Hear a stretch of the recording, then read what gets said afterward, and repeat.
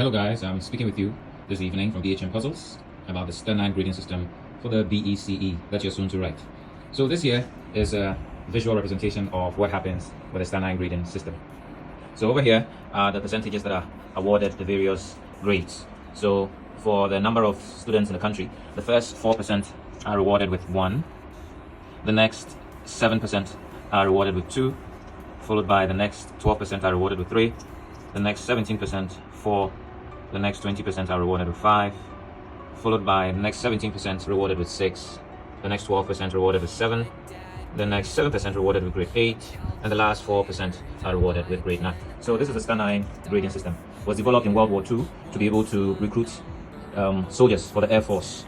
So what it did was that whatever score the soldier had, they'll choose the first 4% as the first to cross the line, followed by the next 7, almost like a race, a marathon race that they will go through, and as they come, they earn their qualifications.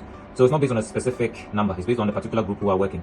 And this here is what is called a convolution, a table that is showing all the subjects that these trainees, those who are going to be awarded these grades, are going to go through. So I think mostly, let's imagine that we have 9 subjects to consider, and for each subject you have about, let's say, 9 topics per term to consider. That means that it will be a 9 by 9 grid, and this is what you're looking at.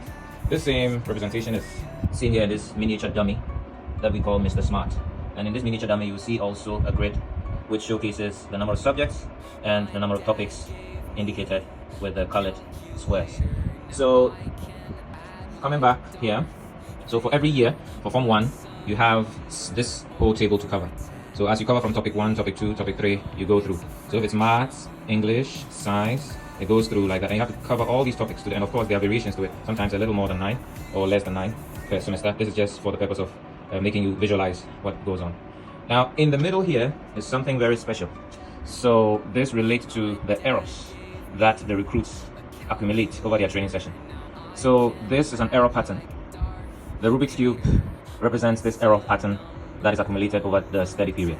So the Rubik's Cube contains 27 pieces, and all those 27 pieces are connected to this one piece, which is at the center of the Rubik's Cube. In fact, this is the reason why everything in the Rubik's Cube spins. Yes, without it, nothing in the Rubik's Cube spins.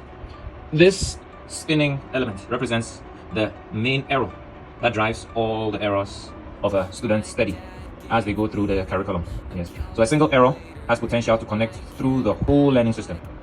And the only way to go about it is to reverse engineer this learning process. So instead of trying to remove the errors that a student